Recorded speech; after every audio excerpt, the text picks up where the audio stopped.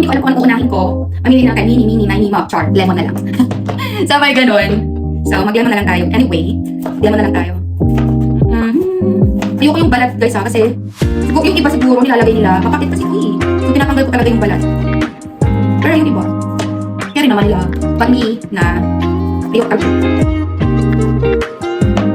Hugas na po yan ha, inugas ko niya before ko, inalagay ko sa, ano mga sabihin, hindi ko nugas sa kailangan pa bang i-memorize yan? Common sense na lang guys, kailangan mo linisin yung prutas mo. Kung ayaw nyo, ito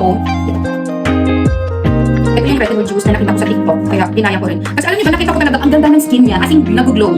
So syempre, nalimit ako, at dahil may pera ako, bumili ako ng juicer machine. Char! Ay, walang ganun, hindi naman po ako ng pera.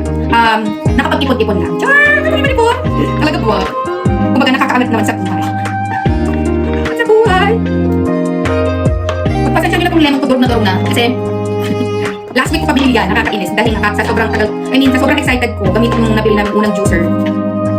Ang ending, hindi ko nagamit kasi nga sila yung juicer. Tapos, lumaki yung lemon. So, parang may kunot-kunot na siya.